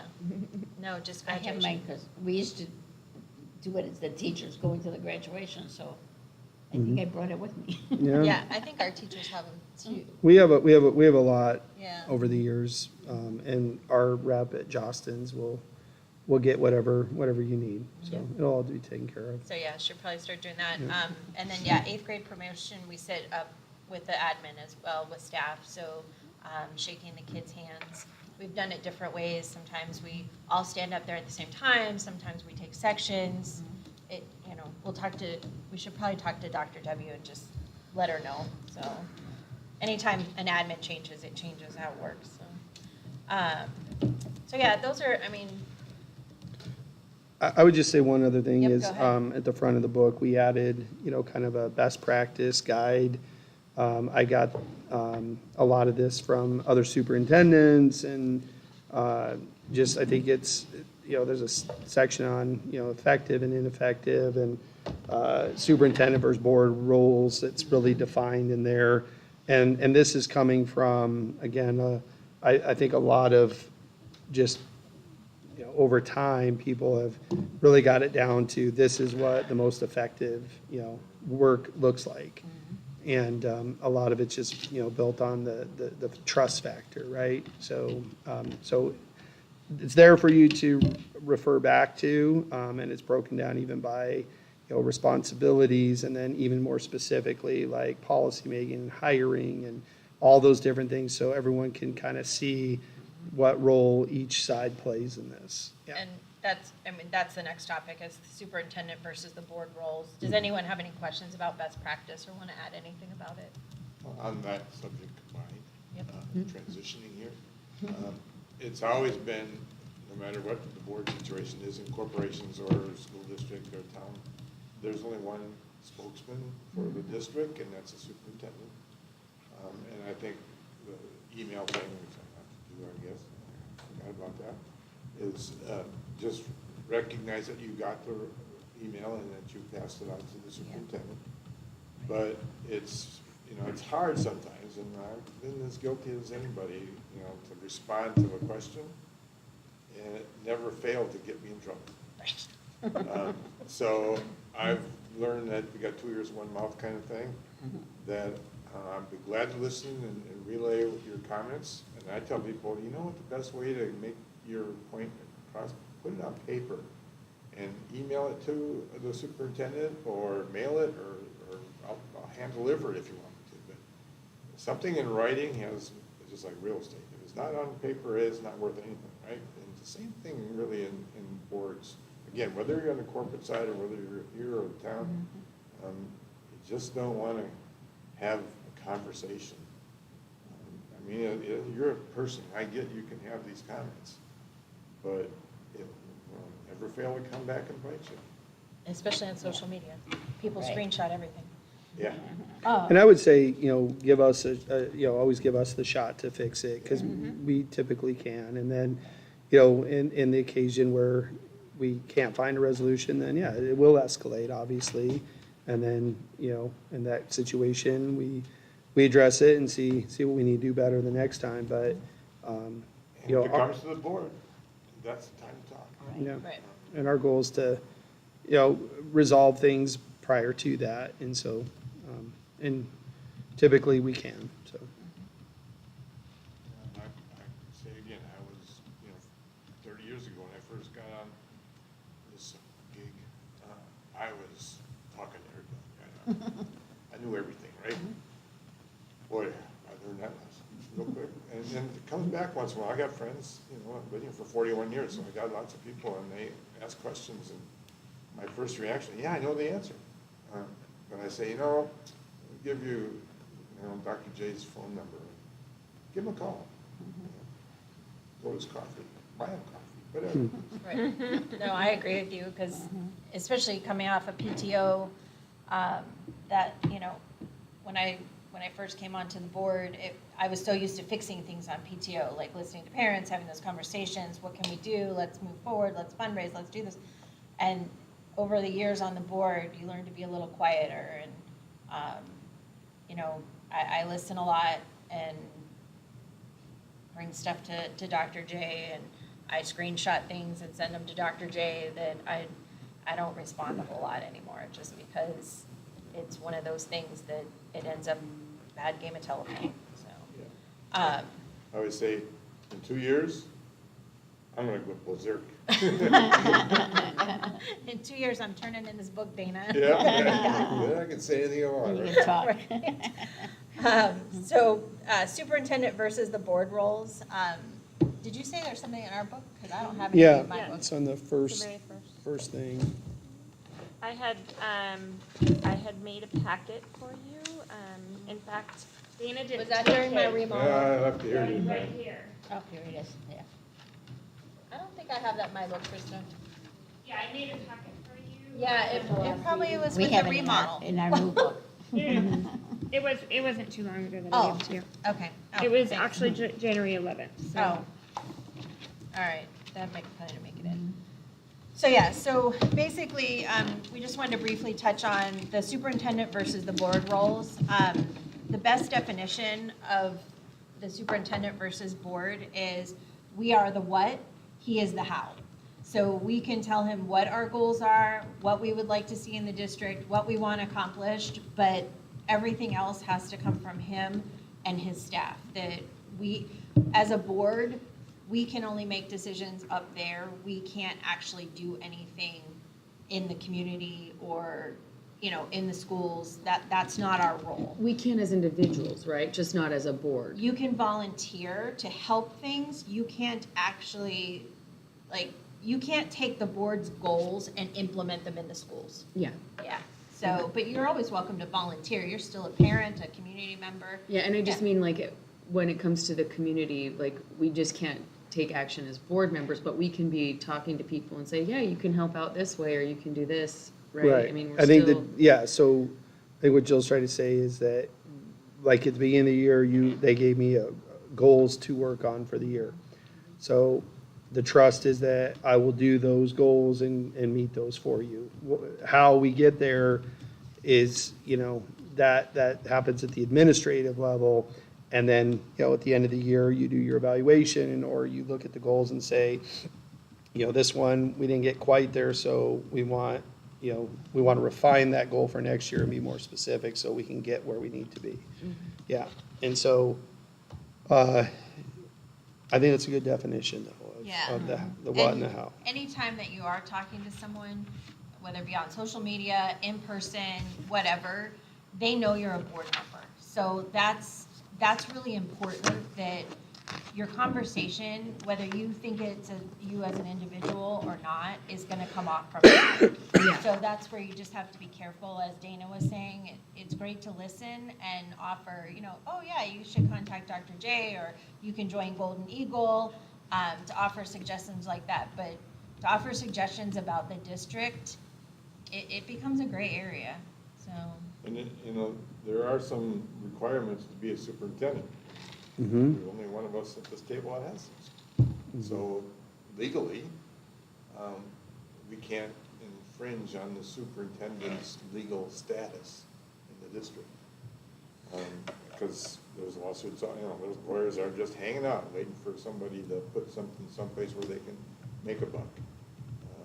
And it's happened, hundreds and hundreds of times where board members become, I can be the superintendent. Well, you don't qualify. There's a legal requirement that a superintendent has to meet, and none of us meet it. And rarely does a school board member meet that. Now, there are some past superintendents that get on board, but not here.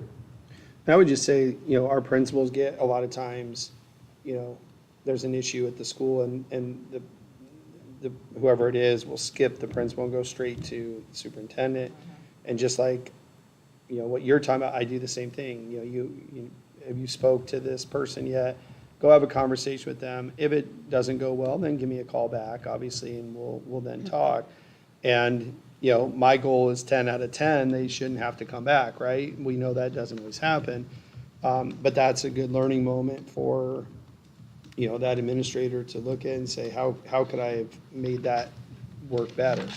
It'd be the same thing for me, is that I'm always looking for feedback on how to make things work better. So I can say as a principal, all the years that I did have in both schools I was principal at, when someone went straight to superintendent and school board, I was always very appreciative of the school board saying, please go have a conversation with the principal. And if not, then have a, then set up an appointment with the superintendent. And it rarely, if ever, got past that. So I think it's just that we have a way we do things because it makes people feel valued. And so if I fix a problem without going to the principal, then their value starts to feel like, well, I'm not valued here, right? Because you're just going to do it for me, So it's that learning curve, that learning lesson, but also it helps everyone just stay, understand that there's a pathway to get resolution, and if we all follow that, it works better. I'm going to use the football field as an example right now, because that's the bone of contention right now with people in town. So I'm sure you've all read all the different Facebook posts that are going on. And there's a lot of misinformation out there, and a lot of finger pointing and name calling and stuff like that. And I know at least from what I can see, nobody here has participated in any of that.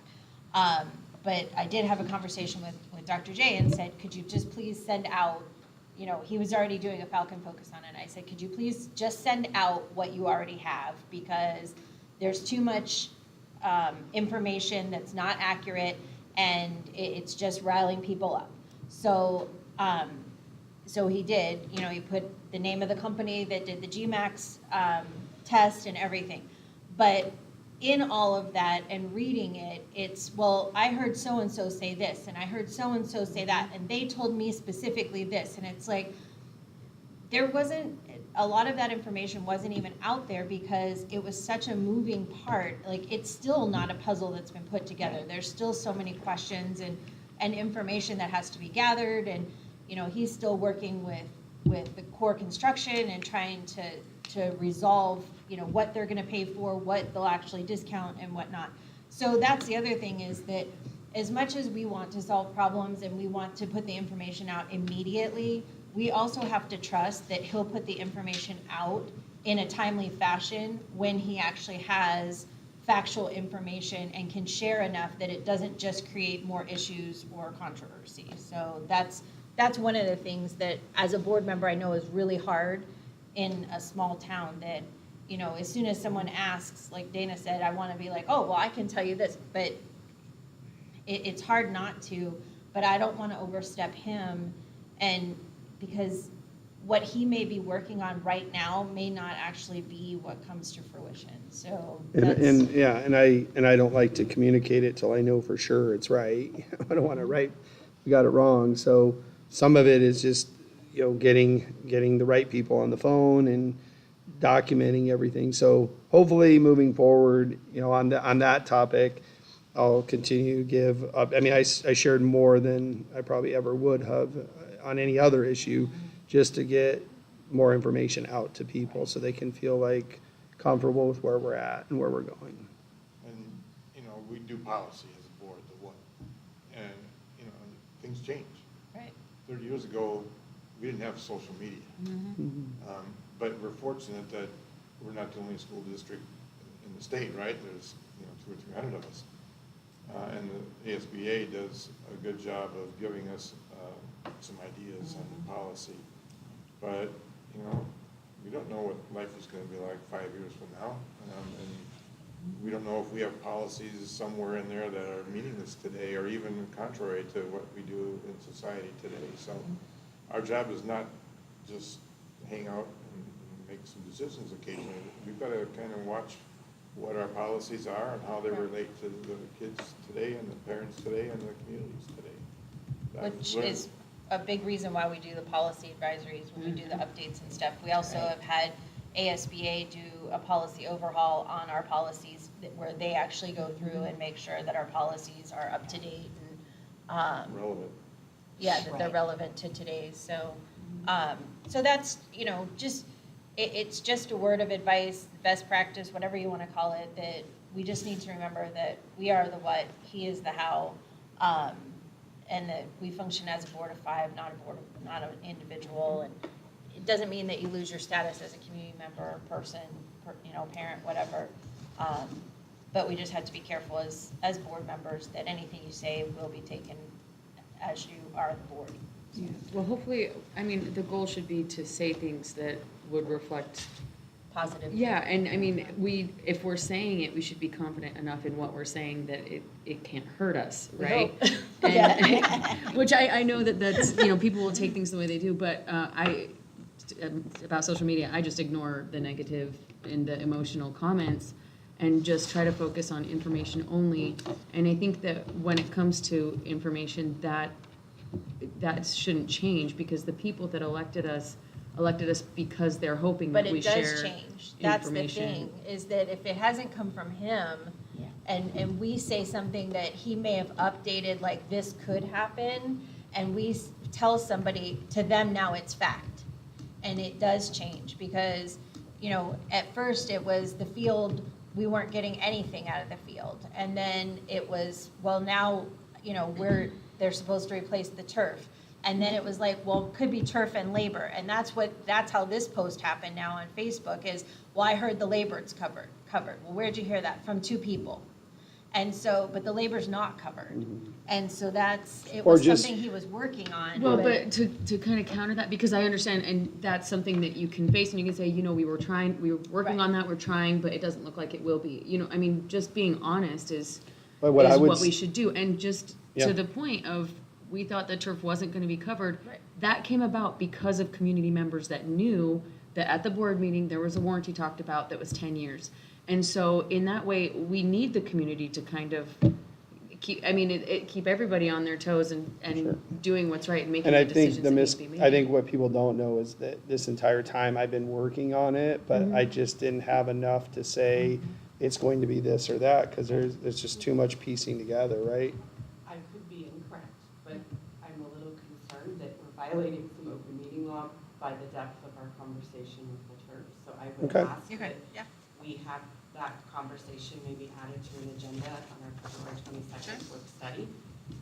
Because Well, I don't think But we're yeah, it's discussing not- action to take, Right, we're not but discussing action. we're using it as an It's an example example to of the- illustrate But I don't communication. wanna get- Well, let me just go back to the whole conversation piece. So what I always say to our administrators is, when someone approaches you or comes to you with something, the best response a lot of times is, let me look into it and get back to you, okay?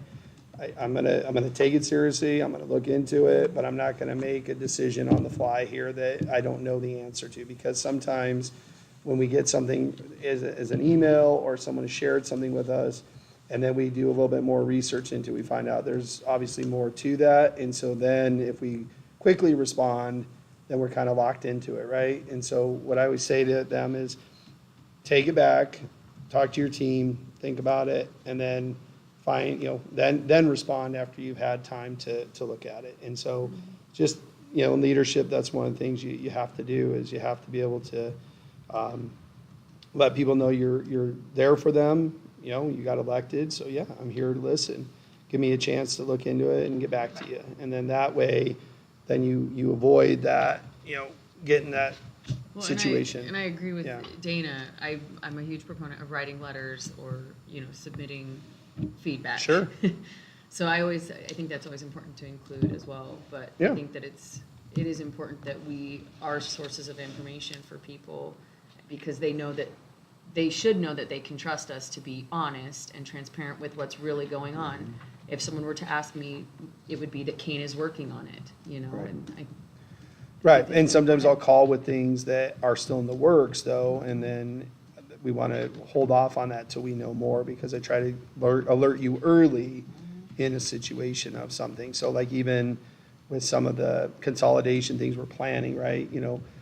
Right now, a lot of that is still up in the air. So things I feel comfortable with, I'll send out, but some things are, till I know they're, we like to, what is it? I always get this. Yes, and over-deliver. I say it a million times a day, but, sometimes you get it backwards Yeah, and it exactly. sounds You can't really say it bad. But, yeah, so that's what we try to do. So, Yeah. all right. Yep, so that's the only thing, is just, we're the how, he's the what. And So- I do think, since we put things on YouTube, the community is better informed. Yep. And the example we just talked about a bit ago with the field, that somebody was at the meeting, or listened to it, whatever, and said, here's what the board said at their meeting. And so that's something we have to make sure we're not confusing the public at our meetings. Right. And that's not always easy to do, but we have to do the best we can to make sure when we leave the meeting, everybody's not. And sometimes that Confused. information changes as well. The valuation of the land keeps coming back, and, the board talked about it during a work study session, and the valuation is no longer accurate. So, people keep throwing that around, but that's changed. So, we probably need to do a better job of making sure we update things in the public forum. Right. So, anybody have any questions regarding their role versus Dr. J's role? This is great. I was just looking through this. Thank you, Krista, for providing this. It really breaks it down based on policymaking, hiring, communication, the budget, what our role is versus his role. So this is great. So I encourage everyone to go through and read that. Okay. Nothing else on that. We'll move on to the board timeline. we just wanted to, or I just wanted to kind of go over some of the things that I know will be upcoming. Basically, based on past years, this is kind of the timeline. You guys already know in January that's when we kind of do an organizational meeting. That already happened. In March is technically when we give the superintendent the approval to issue contracts. He can always request that change, but this is just the typical timeline. In April is typically when we set future meeting dates. Again, this is all up for discussion if someone feels strongly about it. In May, we typically have a public hearing for the revised budget approval. And that's for the current year. That's the current year, correct. At the beginning of June, that first meeting, if we decide we're going out for election on anything, that's when we need to call for the election. And then at the end of June, or July, usually the end of June, we have the first public hearing for the upcoming budget. Technically, though, it takes two. Right. 2 meetings. Well, that's my next one. Yeah, and well, that really should happen in May. I mean, our legislature's 100 days, right? Right. And so if we go by what should happen, May should be when the first budget is presented to the board and there's a hearing. And then it has to wait 2 weeks. You can have the final budget. Right. Rarely does that happen in May. Right, exactly. It doesn't, and in May, we're working on the revised budget. So yeah, so it's usually June that we have the first public hearing on the budget. And then in just about every year I've been on the board, we've had to call for a special meeting in July. There are no meetings scheduled in July, but the actual, we have to have a second public hearing and approval of the upcoming budget, and that has to be done by July 15th. So we end up putting in a special meeting, usually around the 10th to the 13th of the month. We'll see where Tyler and Alicia are, and they'll update us as we go, but that's just something to consider. And the legislature. And the legislature. And There's them. read anything out there, it's not gonna go well, so it's probably gonna be a July, maybe even August. Right, They can put a preliminary together that opens the schools, yep. but it's certainly possible that they may not come with a budget until August or September. Right. And then in August, we'll probably have another board retreat, and then we'll set our goals. And then the end of September, early October, that's when Dr. J will share his goals with us. He can't write his goals until we write our goals, because his goals are based off of our goals. His goals are the house. That's right. And then October and early November, we'll get the board self-evaluation, and the board will evaluate itself. Judy was always nice to tell us we're one of the only districts that actually do that. She loved to tell ASBA that. And then in November, early December, we typically do the superintendent evaluation. And then we would discuss a contract, but Dr. J's on a 3-year contract, so there's no contract right now. So. There's always an extension possibility. Right, but he just got his 3 years, so.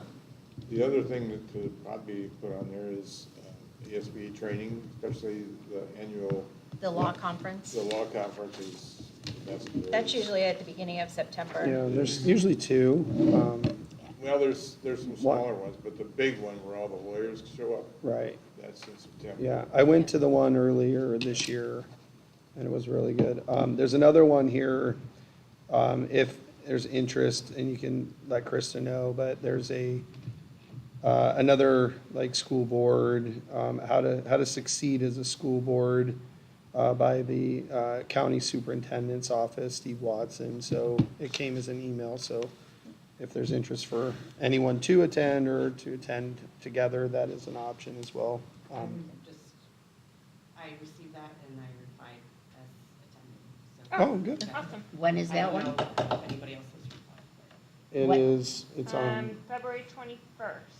yeah. 'Cause I'm attending the one, 4 to 6 p.m. So can you send that to everybody? Chris will send if you want to attend, just let her know. You can, yeah, My email from there's no cost. his office. Right, There's okay. no cost. Yeah, right? Was it today or No. earlier? When did Oh, you- then I didn't get it. It was, I didn't yeah, get it either. Yeah, late last week. so Chris will send it back out if anyone's interested in Okay. attending, yeah. You know, the other thing, I don't know, maybe you got this in the meeting with our county, but there are certain reimbursements, mileage being one, that if you go to something like that, you can be reimbursed for your mileage. That's the case. Yeah, Alicia can work with anyone on that. And there's rules, of course, but mileage is a big one. Yep. And, I mean, obviously, if it's other expenses, if it's overnight or something like that, oftentimes the board would have a discussion on that, but, you know, there are reasons that we should have a representative on some of those Right. meetings, so. Yeah. And a lot of the, like the conferences and stuff, if there's a fee, we do have an administrative Right. budget for the board that the board will pay, or the district pays for the board to attend conferences and things like that, so. I would highly recommend, though, the law conference, because it opens your eyes to just the process, and it's always changing, right? So what was legal, 2 years ago may not be anymore. And so I go every year and take a bunch of notes and send it out to the whole staff of, here's the latest on everything. And so this time I had Dave look it over before I sent to make sure I got it all right. But there was a lot of new things that came out at the start of the year. I think it was in September. And we put together a really nice document for all teachers and staff of, here's this, and especially when it comes to student discipline, there's a lot of things that change, especially with online now and things that are done from home and outside the school. A lot of times now kids can be, held accountable for those things because they affect the campus. So I think if you haven't ever had a law class in school, or especially a school law class, it's really worth going to. It's very intriguing to listen to all the cases. Absolutely, it scares the heck out of you. It does. And then we have the legislative conference, as well as the one that Judy used to go to every year to take That our. was the ASBA delegate Yeah. conference, Yeah. so. The one in Flagstaff in the summer? No, that's a summer No, conference. that's a Okay. summer. This This is- one's, I This went to is that down this in year, the valley yeah. somewhere. yeah. I it's- attended that this year. Yeah, it's been, it's been down at the Biltmore before, it's at the Civic Center, so. Yeah. Yeah, so the board will nominate a delegate to Right. go and vote on Yeah. our behalf. Yeah, I just put together things that were specific to the board itself, so. Yeah. Does anyone have any other questions or comments regarding the timeline, anything that, if there's something that you want changed, then let Dr. J or Krista know time-wise, and it can get added to an agenda, and we can discuss it at a meeting, so. Well, Dana brought up rescheduling the first public hearing on the budget for the upcoming year. If we did that, could we avoid scheduling the extra meeting? And plus, especially since I think a lot of the community's probably gone and So Part of the it's all purpose is to be dependent open. on the legislature Yeah. and where Tyler is with the budget, kind of, so it's not anything that we plan, like, oh, hey, we're really not gonna schedule this until July. It's usually based on the fact that Tyler, or whoever's in charge of doing the budget that year, doesn't have enough information to create the Okay. budget, so it doesn't come in a lot till the end of June. And so even though they're like, you have to submit your budget by July 15th, they basically hold us hostage with it. Yeah. So it's not in our control. Tyler won't present anything until he's confident Right. that it's right. And if anything, he'll err on the side of being very cautious with the budget to make sure, Did you say minimum. Yeah. minimum, Yeah. yep.